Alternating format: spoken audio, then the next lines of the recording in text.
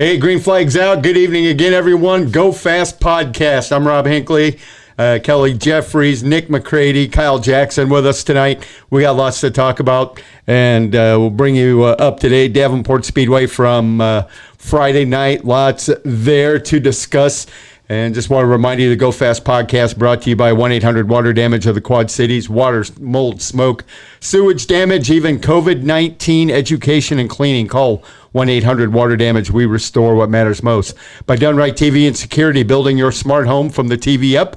And we're the best in dish TV, internet, Google Nest, Ring, Eero Mesh, Wi-Fi, and all your favorite brands. And by Trackside Promotions. Remember when local racing was rejuvenated? Trackside Promotions did it. Stay tuned for the next Trackside Promotions track or event. We get right into things with news and results, brought to you by 1-800-WATER Damage, restoring what matters most. And fantastic weekend. It's nice to see race cars on the racetrack again. We'll start with Team Done Right. Jeremiah Hurst went up to Mississippi Thunder Speedway, Fountain City, Wisconsin on Friday night. Second place in his heat. Fourth in the late model feature. Jake Tim won another feature up there, beating Jimmy Mars and Chad Simpson, and then Maya finished fourth. Tyler Soppe, Friday night, Davenport Speedway, won one of the B mains and then came up through the field, finished ninth in the feature event, and then he was practicing on Saturday at Maquoketa. The rest of Davenport on Friday, the Peterson Plumbing IMCA late models. Nick Maroff with a dominating drive, led all 25 laps to win that feature. Chuck Hanna was second, Justin Kai third, Andy Nazworski fourth, Matt Ryan fifth, rounding out the top 10. BJ Jackson, Brian Harris, Matt Strassheim, Jacob Waterman, and Dave Wada. Erickson Chevrolet IMCA Modifieds, Kai won that one coming from behind. He was third with 5 laps to go, won the race. Chris Zog, an earlier leader, finished second, the defending track champion. Timmy Current with a good run in third, Tyler Madigan fourth, Brandon Durbin fifth, followed by Ryan Toomey, Kerry Renfro, Mitch Morris, Austin Bloom, and Mark Vervank. IMCA Sport Mods, Gage Neal used the bottom of the racetrack to perfection, picked up the feature win over Austin Becerra, Jason Roth, Tony Olson, Chance Houston, and the rest of the top 10, Dustin Schramm, Jarrett Franzen, Ryan Walker, and Tyler Soppe. Actually, Soppe got 9th, so I missed one in there somewhere. Anyway, Kohler Electric Street Stocks, Jeff Struck Jr. got to the high side, picked up the dominating win over Indiana driver Justin Van Drunen. Jesse Owen was third. Frank Waters, a good run in fourth. Cord Williams, fifth. Rest of the top 10, Nick Clausen, Brian Ritter, Jarek Wells, Rick Schreiner, and Donnie Lauk. QCJeeps.com, Sport Compacts, Mitch Bielenberg what came through for the win in a very entertaining race. Adam Christie from Burlington, Fort Madison area was second. Ashley Ruman took third. Sean McDermott, the birthday boy, finished fourth. Travis Hawkins was fifth.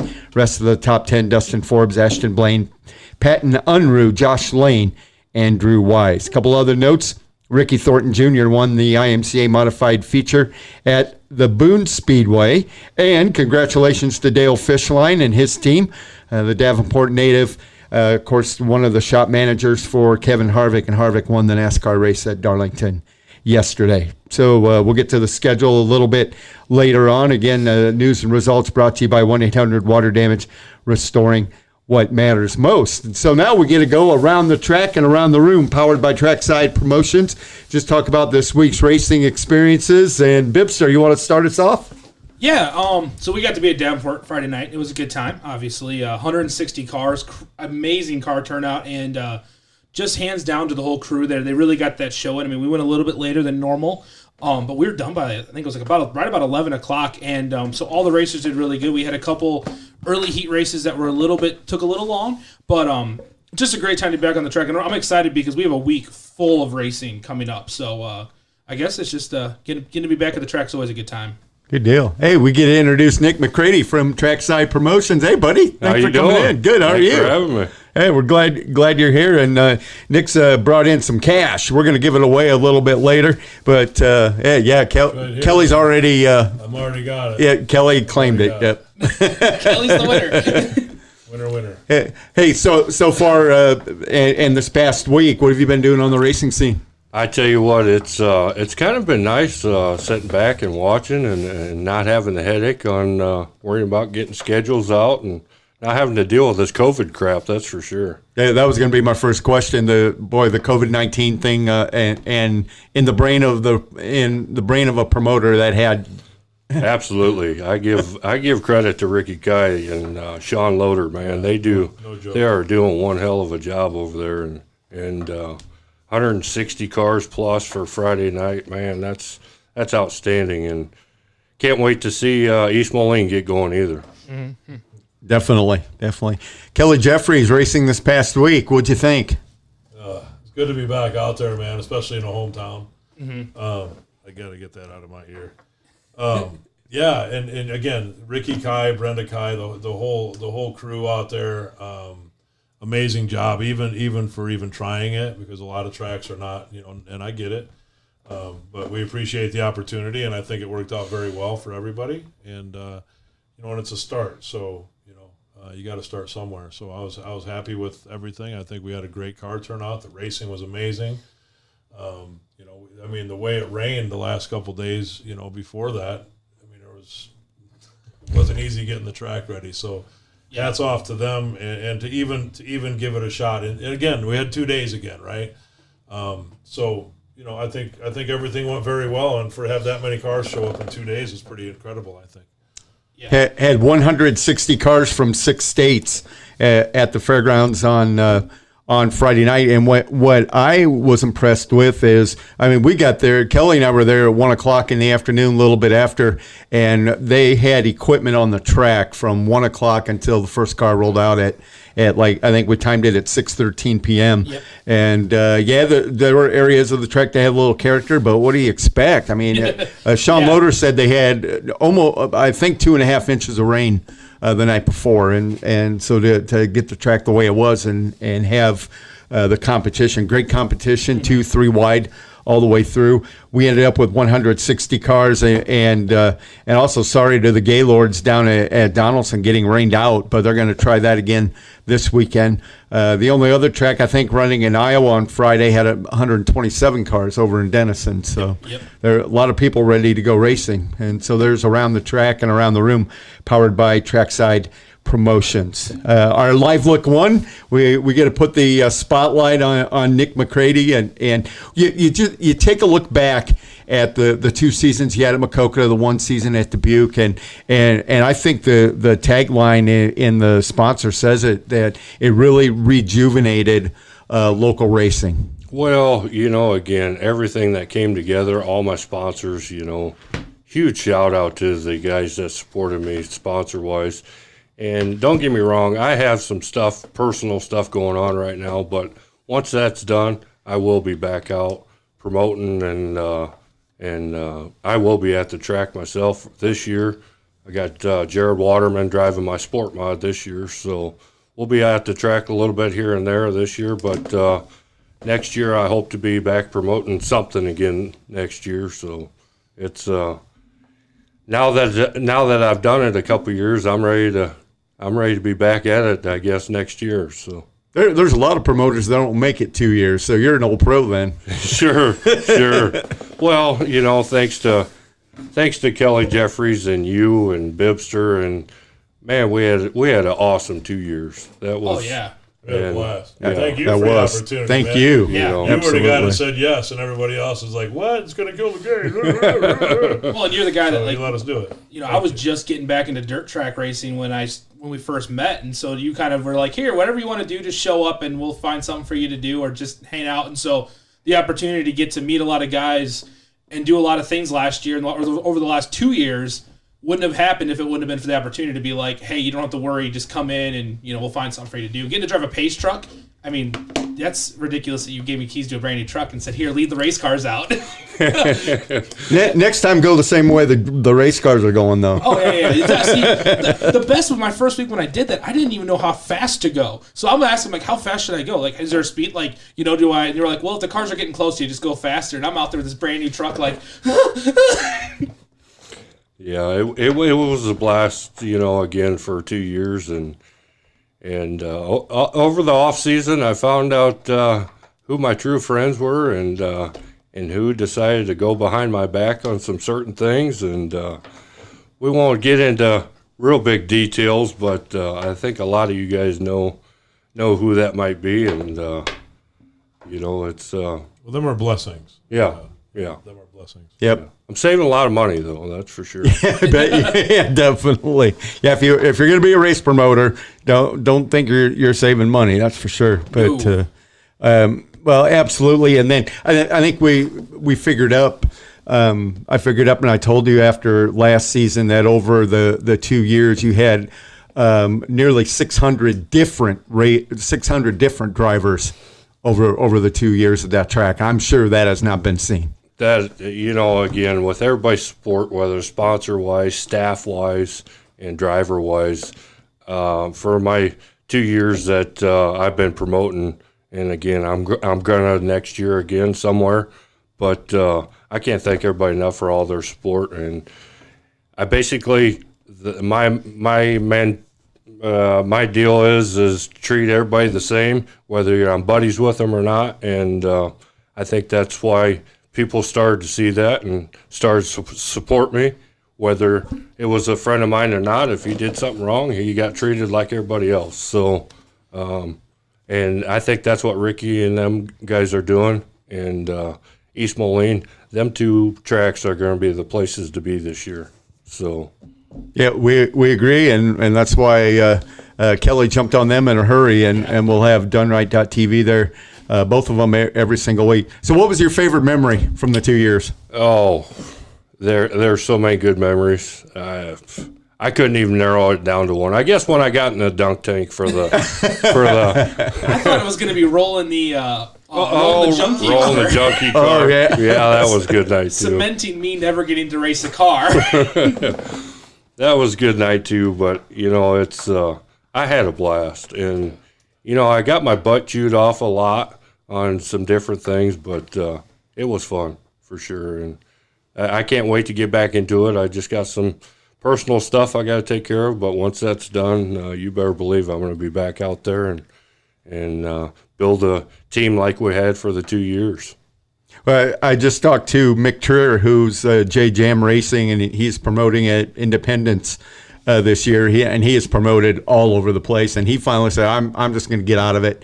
I'm done." And then the Independence opportunity came up, and he said, "Well, why not?" And got back into it, and he's been doing this for 30 years. So it's just something in the blood, isn't it? Once you do it once, I think it gets to your blood or something where you got to go back and do it again. And I've been talking with Larry Kemp, who, matter of fact, got me hooked up with Kenny Schrader. And we're working on some different things. Might try and who knows, we might try and put a special on yet this year if we could ever get fans back in the stands. But it will be for sure something next year. And Larry Kemp, and for those of you that don't, anybody that's my age or maybe a little younger knows Larry Kemp. He was promoter down at 34 Raceway in Burlington for a long time, and then and in Indy now, right? Yep. And he worked I know a lot with IMCA, and he's been and worked for Tony Stewart at Eldora when he first took the racetrack. So Larry Kemp, a good guy to be around in racing, and he knows his stuff, doesn't he? Oh, absolutely. And again, you just said it. He's been around for a long time, so he's got a lot of experience on different racing as well. I think he's been in some tractor pulls or something like that as well, maybe. So he's got experience at some other stuff as well. So he's good guy to have in your back pocket to run stuff across to see what he thinks and One thing you mentioned, I go back to it, and because in the 2 years at Maquoketa and the 1 year at Dubuque, the one word that I never heard around there was favoritism. Not at all. And everybody has a bad night here and there, and for the most part, we're in the entertainment business, so we got to put a good show on for the fans in a reasonable amount of time, and that's what we all tried to do for the most part. And everybody on our team was experienced, you guys, and I think that's what helped a lot as well. Hey, Brian Brunchine chimes in, and he wants to thank you for letting Chase make all the laps in the mini late model. That was something else that I think the fans liked, and then it also helped help the racers get some practice in. Well, and getting different cars on the tracks, you know, we let them go, I think, for during intermission some of the times, and you know, the fans want to see different stuff out there as well. And you know, week in and week out, you got the same classes, and you try and get some different cars out there during intermission or before or after the races, and you know, that's why we brought in the mod lights, or the legend cars. I'm sorry. We brought them in a couple times, and then jalopies, you know, here and there. But again, we're in the entertainment business, so we got to make sure the crowd's happy with what we're doing, and I think for the most part we did a pretty good job at it. No doubt about it. And some folks are chiming in also that their feet is skipping. I think that's on our end, but we're working on it. We've got a handle on it here now, guys. Yep, it looks like the feet's coming back up a little bit better. We appreciate everyone joining us here on Go Fast Podcast. You know, the other thing, what was going through your mind? I know what was going through your mind because I was sitting there. But when you decided to take on Dubuque and all that, was that just a challenge put before you? It was, you know, I went out. Matter of fact, the first time up to Dubuque, I took a picture and put it on Facebook and discussed with Mike, the manager up there, and had some discussions with him. That place is an awesome facility, and the fair board up there is amazing. They worked with me 100%, and you know, we're trying to work it out for me to be back there this year, but again, I had got some personal things I got to take care of, and then once that's done, I will be back. And who knows? It might be up there, it might not. It's you know, we got to find the right place for the fair board and for the promoter. So I can't thank them enough for all their support up there as well. It's a 3/8 mile up there, and that place is an awesome facility up there. So I might go up there and watch a few races yet this year. Hey, nothing wrong with the facility, that's for sure. Yeah. Guys, any questions? We got the whole show. I know. I'm just trying to. Well, while we're thinking, we got Nick McCready for the whole show. In fact, we got $20 on the line, courtesy of Trackside Promotions for our guest, the driver. Tonight, brought to you by Trackside Promotions. And our guest, the driver, first of all, he's a late model driver. Ooh. And car number is 2 numbers and a letter. So that's it. I thought you were about to say it. I'm like, man, last week we got the guess off of the. Oh my gosh! All I had to say was like 2 words, and somebody guessed it. I'll tell you, he's from up north. He's in Iowa, but he's up north. So anyway, that's our guest, the driver, and the winner gets $20. You have to come into Done Right TV, 1414 West Locust Street in Davenport, and it's $20 cash. $20 cash. It's right there. Money, man. Yep. Kelly put it back down, so it's still here.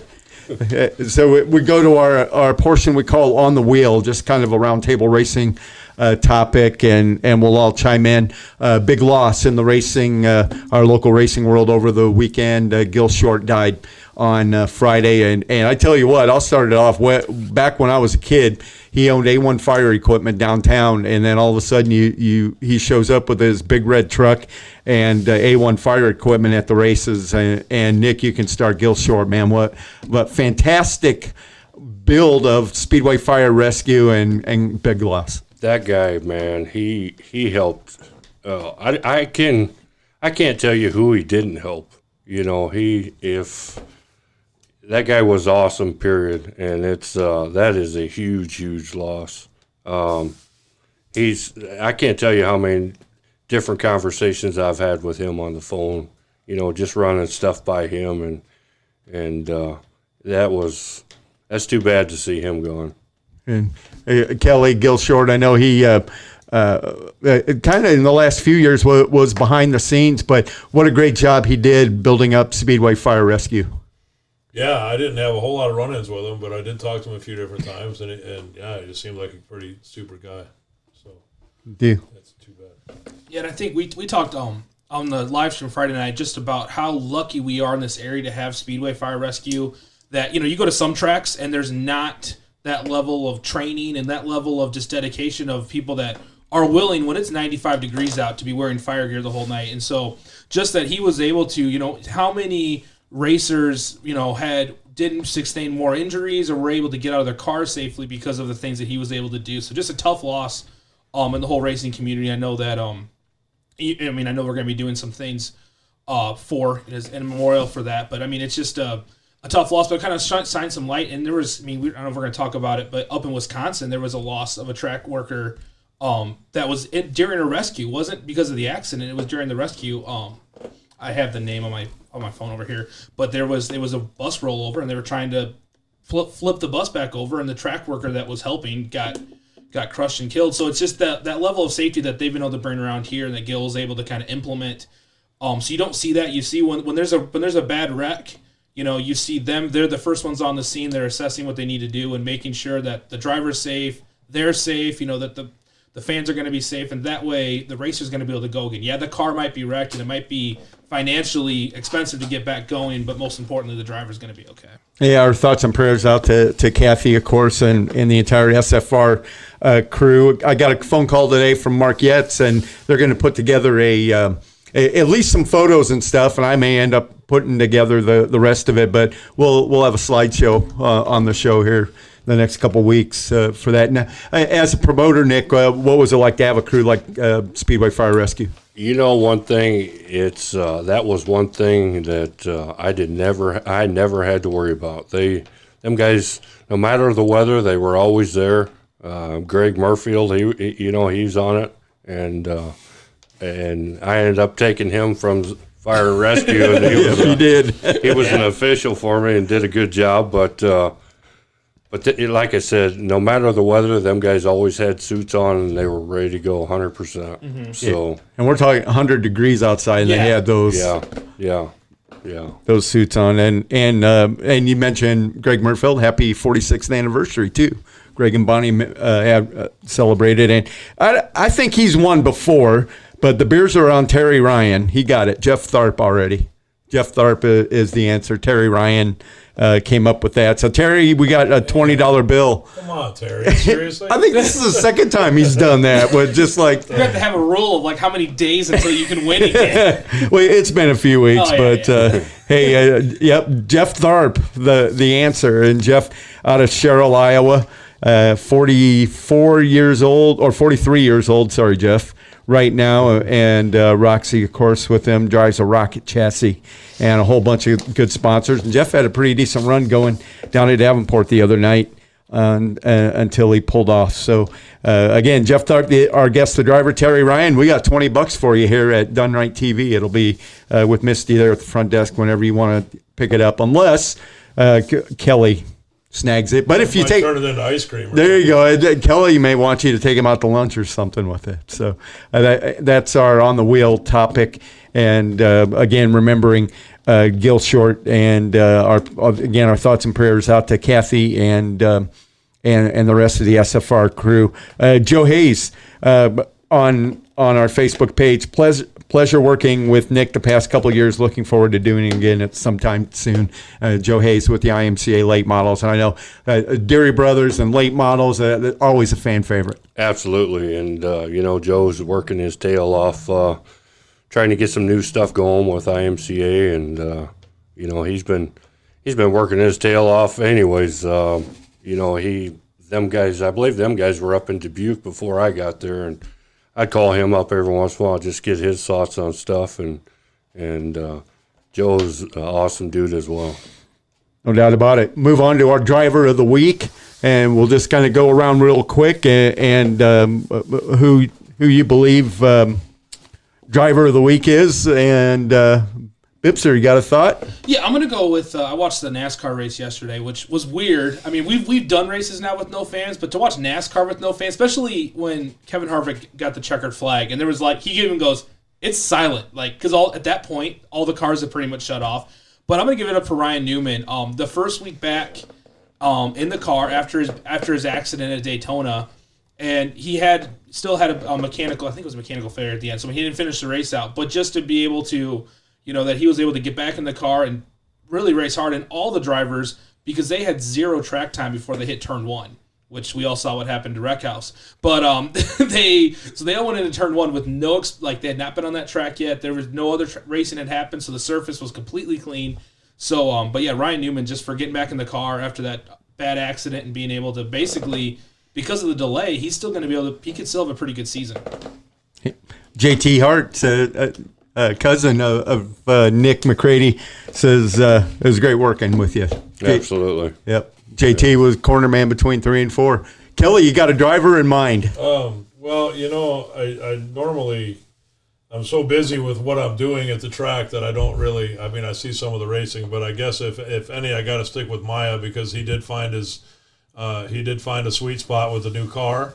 And so they're making some progress up in Wisconsin. I think they're going back there this weekend as well. So I'm happy for them guys that they're getting a little bit more comfortable in the new car. So that's my guy. Good. Yeah, we'll talk about that. 2 nights of racing up in Wisconsin. Yeah. And Nick McCready, got a driver of the week in mind. I think I might stick with Maya too. Yeah, he's supported us a lot when we were there for 2 years, and may just have to stick with him as well. It's easier that way. Hey, I'm going to kind of go off the rail a little bit. I'm going with Team Current. Timmy Current and Ryan Doomey, man. Yeah. Well, they had their cars on rails the other night, both of them winning heat races in the Ericsson Chevrolet IMCA Modifieds. And then Timmy got 3rd in the feature, and I think Ryan got 6th. Mm-hmm. And so I'll go with Team Current. Current Doomey. Team Dark Side. Yeah, there you go. Team Dark Side. There you go. On Friday night over at the Davenport Speedway. What an outstanding show they put on too down at down where they ran. Oh, at Donaldson. Yeah. That was a great race. That was a blast to get to work with, and we were all excited just to get to watch race cars. Let alone just help working with them, and it was a great show and great car turnout. And they was able. I still think that a lot of because of how well that show went, and there wasn't any issues with people, being too close to each other, that allowed the next, basically in 2 weeks, the whole state could race. So, it was kind of it was a good show. We knew that all eyes were going to be on us, and they took some really good implementation of, hey, be careful with what you're showing, be careful with what you're doing, just making sure everybody is playing ball the right way. And it seemed to worked really well, and now we're excited for some more shows from them this summer. Absolutely. We hope so. What are your thoughts as far as some tracks opening up, some tracks not? Well, it's I know a few tracks that could be open now, but we won't go into details. But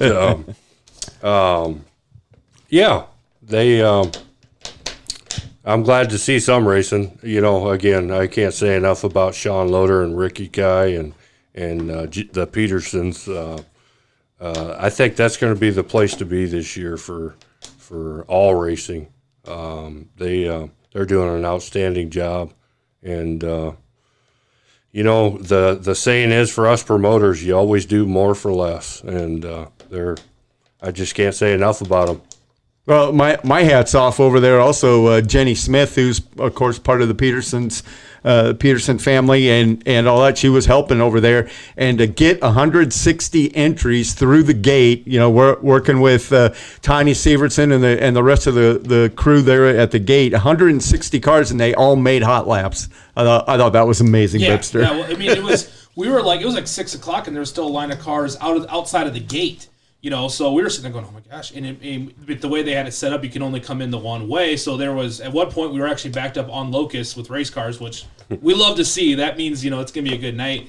But yeah, to get all that in and to get everyone ready for hot laps. And really, like I said, the show went really smooth. There was no real, everything was clean. If there was any bit of an accident, it was cleaned up fast. Like I said, there's a couple races where it took a little bit longer than everyone would have wanted, but they were running through it really, really well. Sure. Indeed. Jackie Russell says hi, Nick. Hi. And Christian Baldick also chimes in. Chuck Hanna impressed him. And yeah, Chuck Hanna had a great drive in that late model feature. There's no doubt about that. We move on. Tech tip.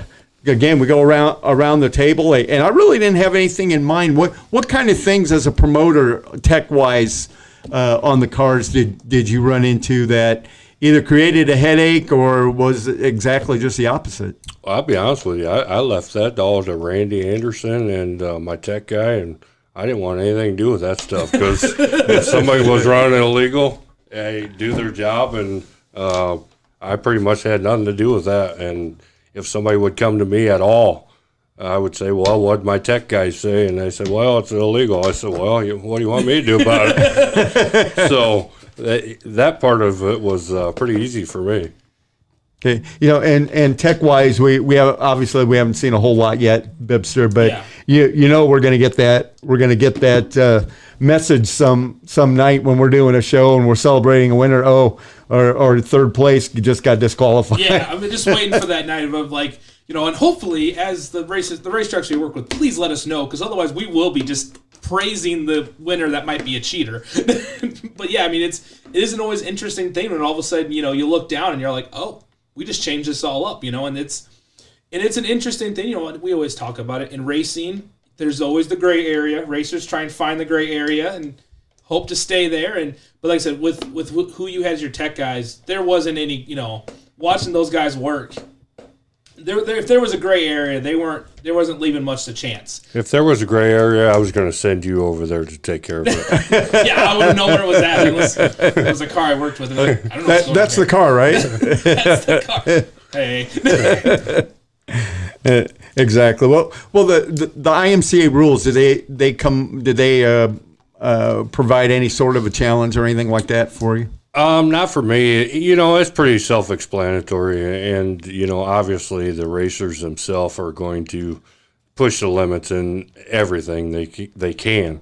And Brett Root with IMCA, he does, in my eyes, he does a pretty good job with things, and he's stuck up for us a few times on some different calls, and that's, I think, to have a good relationship with the sanctioning body and the promoter helps tremendously as well. And again, that's helped with our 2 years that we had. Excellent 2 years, I know there were a couple of times when we had an issue with the driver, and you gave me the responsibility of writing the letter to IMCA, and I thought, well, this is going to be tough. But actually, like you said, they make it very easy and very user-friendly. Their rules are pretty simple, and it's a lot of the drivers know that. If they don't, you can look up IMCA's phone number and call them up, and they'll basically explain whatever you need explained. And again, it's pretty simple. Everybody's there to have a good time and race and bring your car home in one piece and do it safely as well. What was it like promoting at you have the privately owned racetracks and all that, but promoting at a fairgrounds? It's when the fair board works with you, it makes things 10 times easier. But when the fair board is against you, you're trying to not lose as much money, and yet put on a good show. And again, when the fair board's against you, it makes things kind of tough, but we got through it, and I don't think it was very noticeable, but again, we got through it. Again, we were talking tech, and that's our tech tip of the night is with the IMCA rules. We move on to our live look 2 and more with Nick McCready from Trackside Promotions, our guest on the Go Fast podcast. And Bibster, you always tell a great story of how you got involved at Maquoketa and that kind of thing. Yeah. So the first night I started doing Bibster, if you guys know the track record, is basically I accidentally announced a mower race, decided to call myself Bibster because of the bibs. So the next year started, and I was going to get involved in dirt track racing. So I had gone to a couple shows. I think I went to a show in Davenport, and I went to a show out in Tipton. And then me and my buddy, who was Ginger, Alex, went to a show at Maquoketa. And I'm sitting there at the show racing like it's hot laps. And I message the page and say, hey, we got this podcast going. Do you want to do an interview? Would you like to do an interview with us? And immediately get back, well, we got a race going on right now, but we'll give you a call. And Nick called me on Monday, and we talked. I think we talked, maybe talked that night. And basically, Nick, at the end of the conversation, was like, well, hey, do you want to, like, a Saturday night show? I think it was a Deary show. And he's like, hey, if on Saturday night you want to come down to the racetrack, just come down, come to the pit shack. I'll take care of you. So I'm all excited. I've never even been in the pits before. Like, this is how novice of a racetrack fan I was, because when I was a little kid I used to go, and I was trying to get back involved. So me and Alex are all excited. We go in, we get into the pits, and Nick comes up and he goes, "You guys want to go on the infield?" And I'm sitting there like, we had this conversation, Alex and I did, that we were way in over our head. Like, at some point, someone's going to look at us and be like, "Who are you two? Like, what are you doing?" And so I'm like, okay, we'll go to the infield. Never been on the infield before. There's like, we're in hot laps, and I'm sitting there with my mouth on the ground like, this guy just let us in. And then that whole summer, Nick's like, "You show up, we'll find something for you to do. We'll, get involved." And it turned into, us live streaming is because you took the opportunity and took the chance when we kind of approached and said, "Hey, we want to try this. We think there's an opportunity here." And that opened the door with me working with Kelly. So it's really been everything we've been able to do wouldn't have started if that initial conversation had been like, "I don't know who this kid is that says he's got a podcast." So I always have been like very grateful for all the work I got to do with Trackside, and I can't wait till we get to do some more work with Trackside. Definitely. Hopefully next year or even before. And I remember that night you were there because it was kind of a crazy night at Deary Brothers race. The regular announcer didn't show up, so God was looking on me because I hadn't announced for him yet. I was just kind of a secondary announcer doing other things. So that was my first night, and both him and Randy M looked at me. "Oh, you do know what you're doing." Yeah, I've done this kind of a few times. Yeah, so. But yeah, and then the rest is history. But and Kelly, your first experience with Maquoketa? Similar, man. It was just kind of surreal because we felt like at home, just without even knowing what we were doing. And we did not know what we were doing. We had no clue what we were doing. We were going to stream some races. "Hey Nick, can we stream some races?" "Sure." And I'm like, "Okay, how are we going to do this?" And it just went from there, man. Yeah. It was a blast. But man, it just we tried so much stuff there, man. It was so fun. I'd still consider that's my home place, man. So get back there if we can, because I just love the setup of it. We got some in-car stuff done there. Yeah. And same thing for me. I'm like, you told me that one day the first time I was there, just come in the infield. And I'm like, I don't even know where the infield is. I'm like, how do I get into the infield? I'm like, the one that you were in there with your Jeep, and I'm like, I think we got to be out here because I was trying to set up, and you're like, I can't get back out now. Yeah. And Sonny almost got ran over by a race car there because he was in the infield during hot laps, and I was like, "Hey, wait till this is over." And he went between hot laps trying to run back, and I'm getting yelled at by the officials. "Hey, don't do that." I'm like, "I'm sorry." But yeah, just to let the doors be open to what we were trying to do and what we really needed to learn, because all last summer, and if you guys have watched, if you guys go back and watch some of our stuff, reason why it was free is because it was our learning curve of how does this work and how do we do this and can we do this, and and so it allowed us to get all of that stuff shaken loose, so that way once we got to the point where we're at now, where we can go to racetracks, and it's a necessity now that fans can't be there. We have to be the way the fans see it. It allows all that stuff. A lot of the little hiccups that we'd be sometimes worried about, we're like, we should work. Yeah, if we try this should work. So that really helped us out a lot in that regard. Well, and I know that's what you always wanted to do was just keep evolving and trying new things. Yeah, and when I was up there, my big motto with my team, I've always told my team is, I want to be different than what other people are doing for good reasons, not bad. And, the relationship with me and Kelly now, I can call him anytime I need to. And he money. Yeah, and bring him money and come on this podcast. But same with him, if he has anything, he can call me. And you guys, you just, as a promoter as well, you build relationships with people and you start stuff like this, and I'm just happy to be that I was a part of it and help get it going. Without them two relationships right there, I don't know how this would even be here, because once you and I started talking, and then once you said come on in, you kind of like a free open the gates up, and it's like, what? Okay.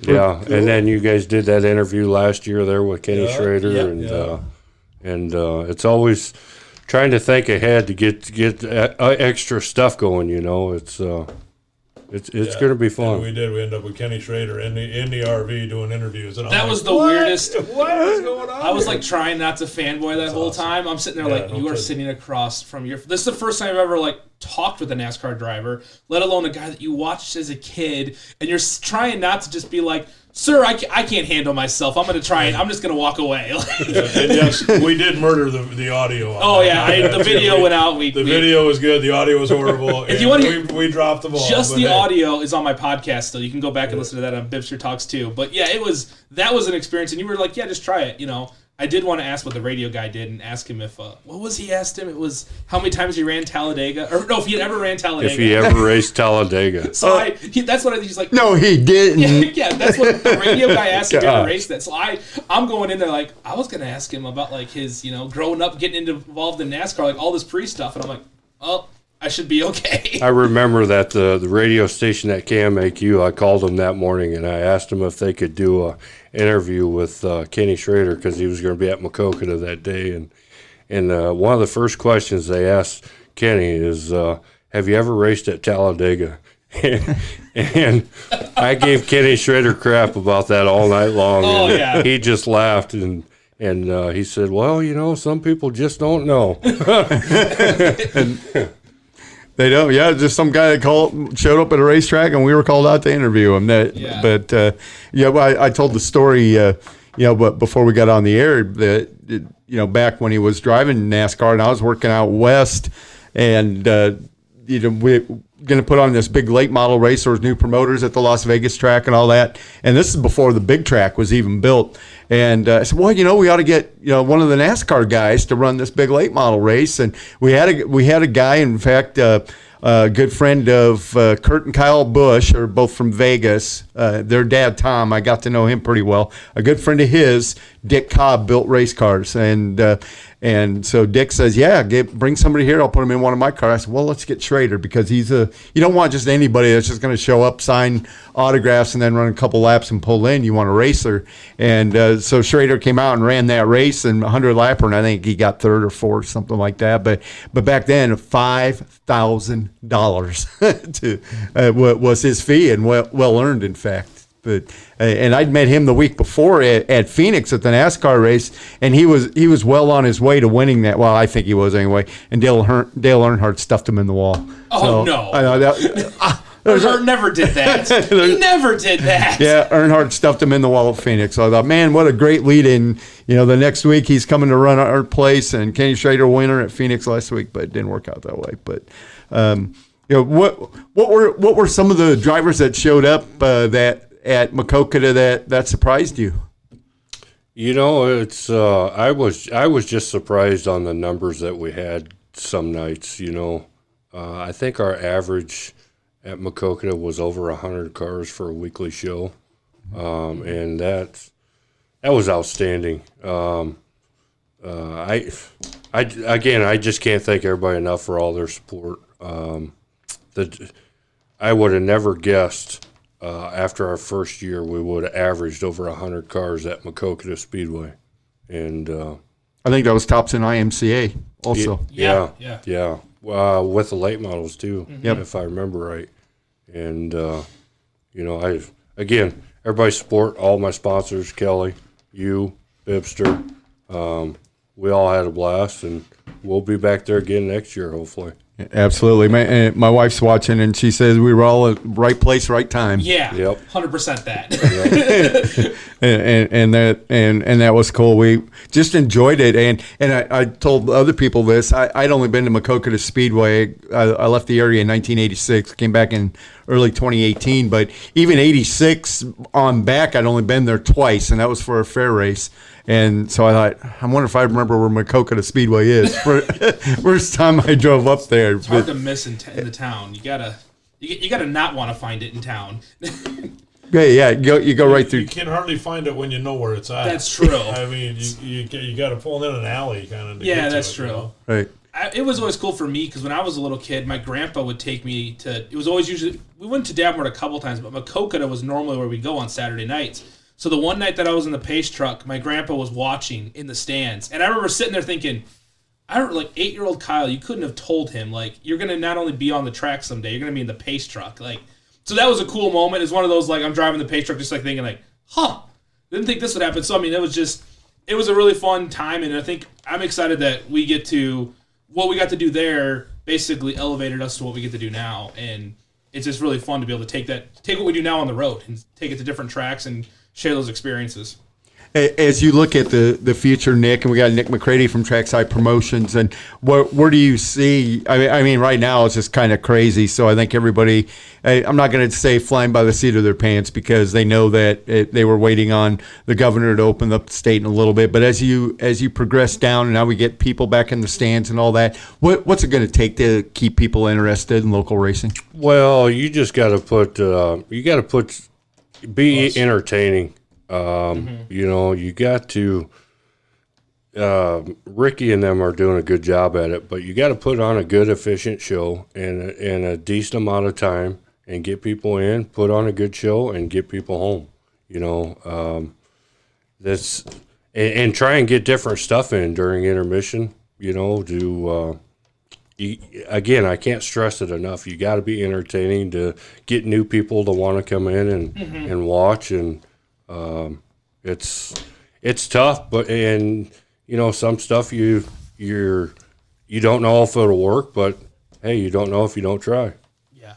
One thing, last year you initiated the Maquoketa Speedway Hall of Fame. I thought that was kind of cool. Yeah, and you know, thanks to you for your help on that. But again, we're trying to keep it entertaining and give back again. And we brought more people to the racetrack that night, and I think everybody was appreciative. That was a good deal. Now, what goes through your head when it's raining? Is it I'm not gonna, you know, the financial end of it, or is it, dang, I want to be at the racetrack? Well, I make sure I look up at the stands, and then when it starts raining, either that's a good thing or a bad thing. So Dubuque, that one night when we had everything all set up, we had all the cars there. You remember that? Yeah. Oh my God. Was that tornado night, or was that another one? That was a different night. But that night where you had cars on the track, and it just started. I had the RV setting up. Yep. I was up on top of the RV, had all my gear set up, and it was like, no, I'm sorry, we gotta go. That sucks. And all the work that we put in for that week, and I think we were in hot laps, and that's when that started, And something it just like unloaded. that. Yeah, Yep. it's just, we're done. Yeah, and I was so tired by the end of the year looking at the radars. Matter of fact, I don't even have a radar on my phone anymore because that's what was on half the time. You're like, I'm done. I don't need to look at radar anymore. Yep. So, and even when I looked at it, half the time it changed by the time we got to race time anyways. So It seemed like in Maquoketa, we would just watch how many storms went just to the north of us. I remember we were filming a couple of nights, and I'm watching a ton of lightning, like, you know, a few miles out, but way north of us, and I'm sitting there going, I'm standing on metal on a roof right now. Like, this is going to be okay for the racers, but this might not be good for us. Right. Yeah, we were lucky there a lot to see that. But yeah, tell the story about the tornado night, because I wasn't there that night. I remember being at home and seeing all the stuff of like, oh, this was different. Oh, well, we're sitting down by sign-in, and of course we're all looking at our radar.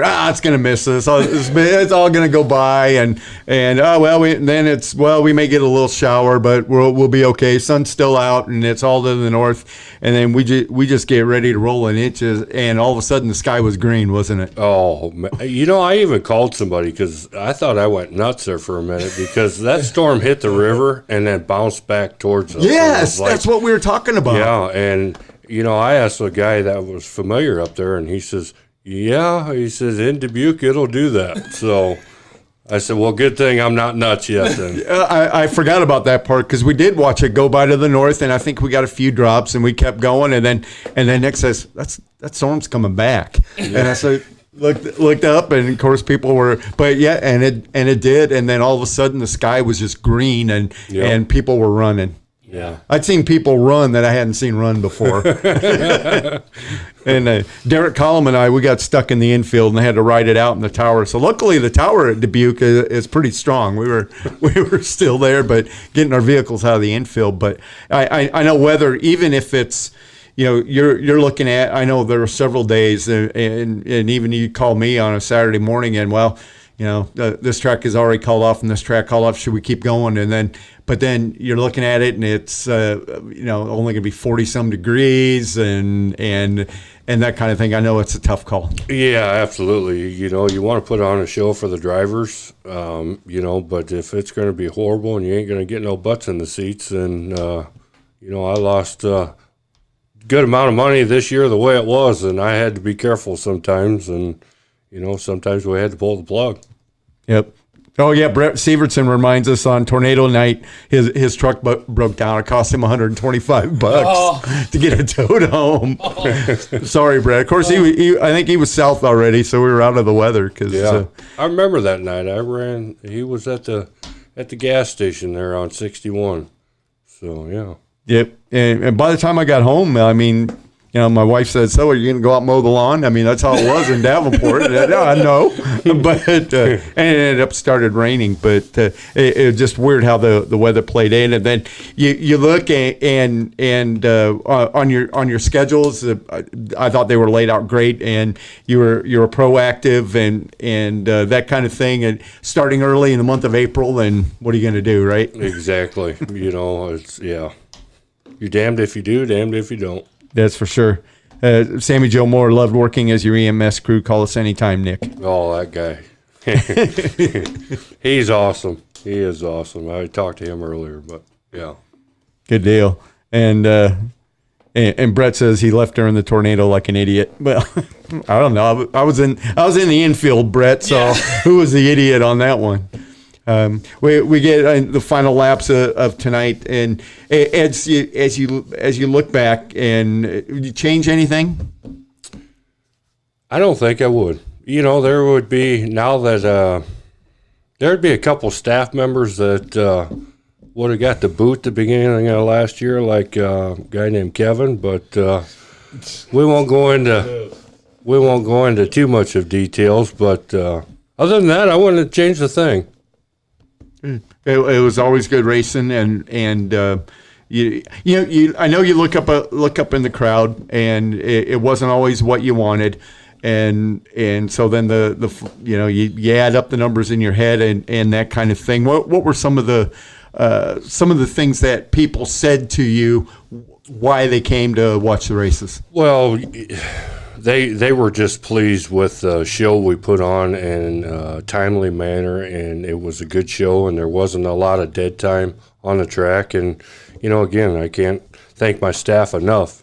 Everybody had experience, and that showed, at Maquoketa and Dubuque. And everybody basically made me look good. So there's no ifs, ands, buts about it. I tell the story, in fact, on our or not on the podcast, but on the pay-per-views quite a bit. I still remember Tim Schneider's hobby stock running into the front end, head on into the and I can't think of his name. That worked lineups. Tim. Yeah. And Tim Schneider's hobby stock with the hood up. He came off the racetrack and came back around to turn 2 of the horse track and ran head on into Tim's car. Sorry, Tim, I don't mean to laugh, but... well, we give him a hard time. I think every time I was back there at the pace truck, at least.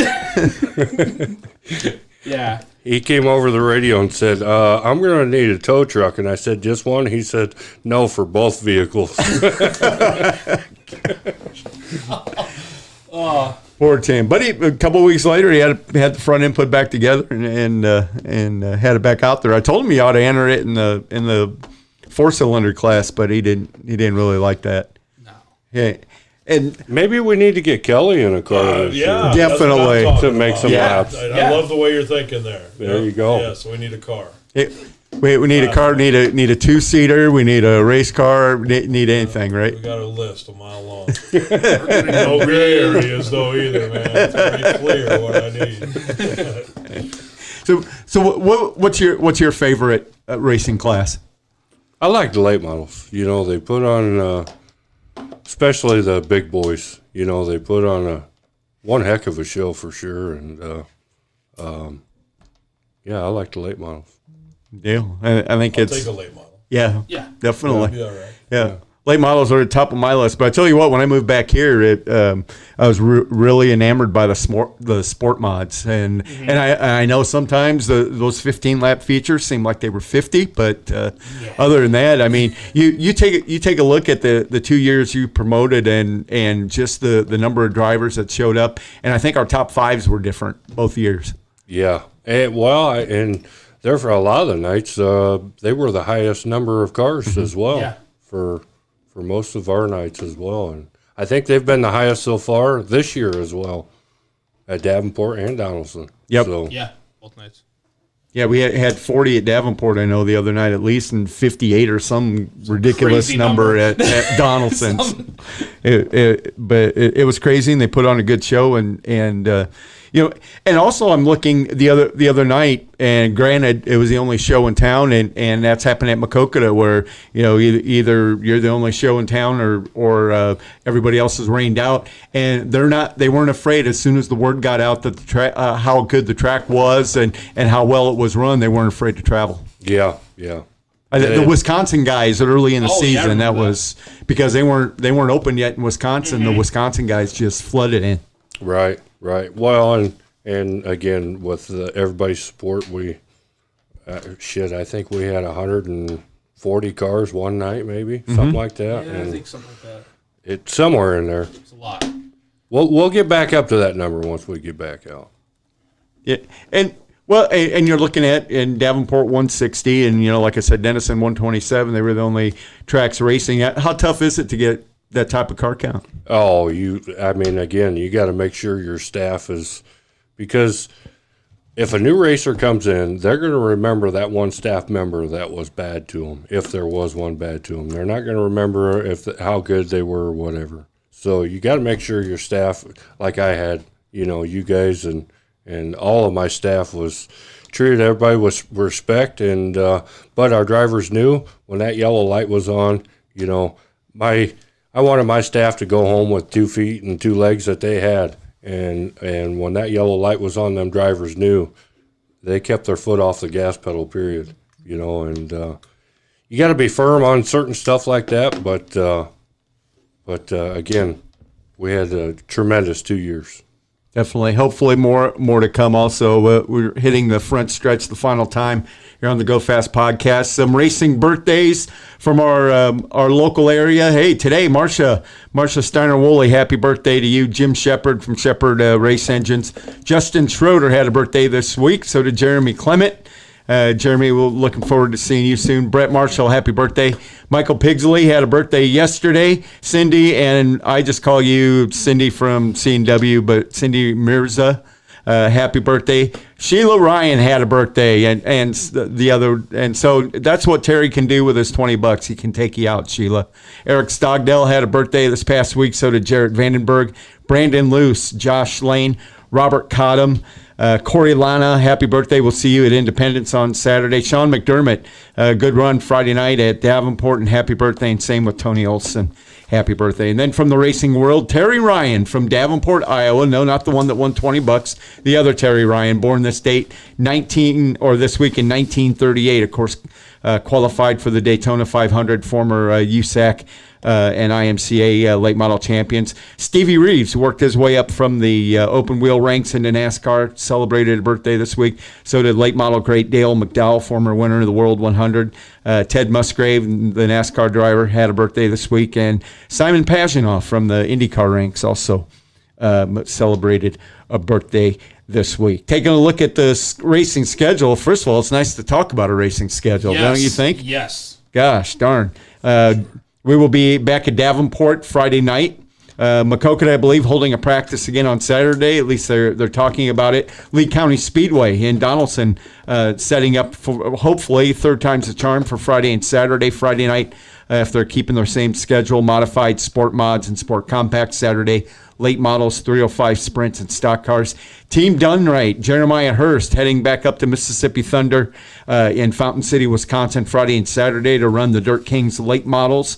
both nights, and $3,000 and $4,000 to win, I believe. Tyler Soppe, haven't heard, but more than likely he'll be at Davenport and find someplace to go on Saturday.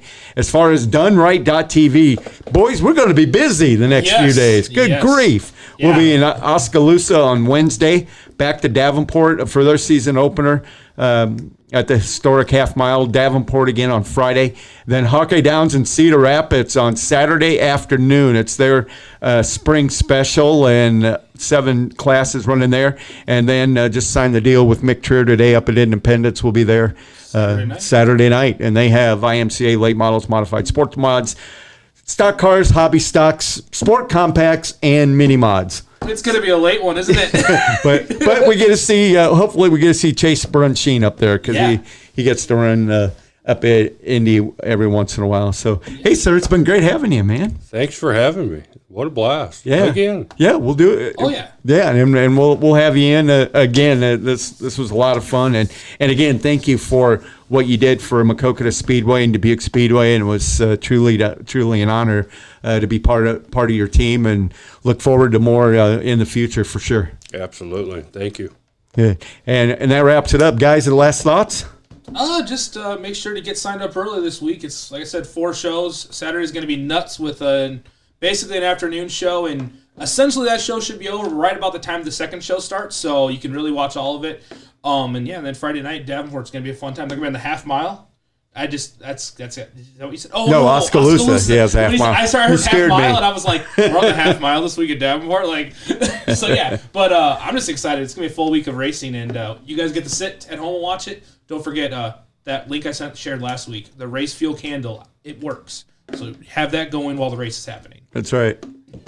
I'm going to be sitting on my recliner with a cold one, probably. Nothing wrong with that. Working. Yeah, working indeed. And that reminds me, Nick and I were over at East Moline on Saturday, and the track was in great condition, I thought, and it was fun, and it looked great seeing all the smiles on the faces of the Petersons, didn't it, Kelly? Yeah, it sure did.